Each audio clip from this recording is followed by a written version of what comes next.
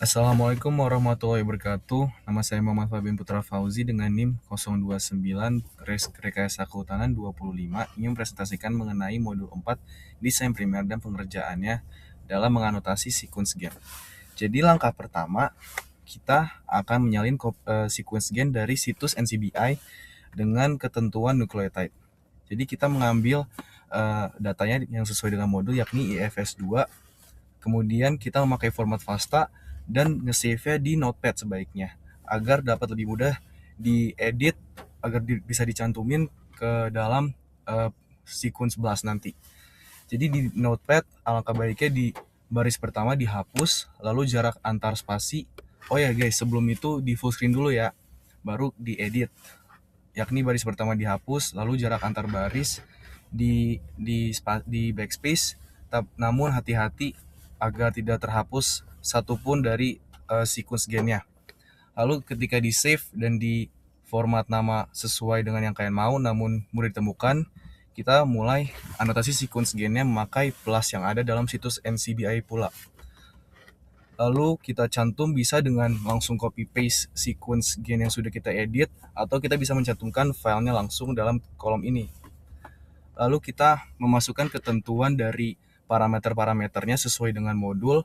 Lalu kita cek hasilnya, dan jangan lupa untuk ngechecklist hasil dalam tab yang baru ya guys. Dan ini contohnya dari hasil pengamatan saya dengan NCBI Blast.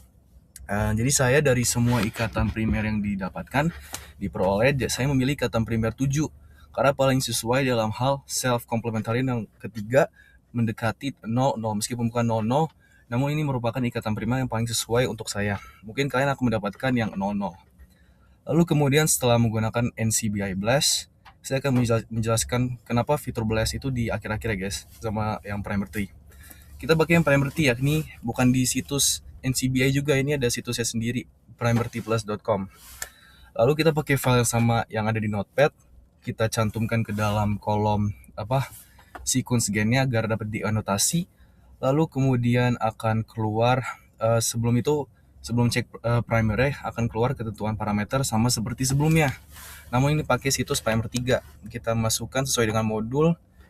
Lalu beberapa menit atau mungkin bisa lebih cepat akan keluar hasil-hasilnya sama persis kayak tadi, ada 10 ikatan primer, dan kita harus pilih pula hasil yang paling sesuai dengan ketentuan parameter dari yang baik. Lalu untuk saya memilih dari semuanya hasil pengamatannya ikatan primer yang ke-8 ya. Karena paling sesuai dalam hal ANY dan N, yakni keduanya 0 sangat baik, dan sebaiknya TB kiri dari ikatan primer kiri lebih rendah daripada ikatan primer kanan. Dapat terlihat bahwa yang kiri sebesar 7 dan yang kanan sebesar 10. Lalu suhu lele dari mohon maaf ya guys, suhu lele primernya TM-nya mohon maaf, itu sesuai dengan ketentuan dari karakteristik yang sesuai.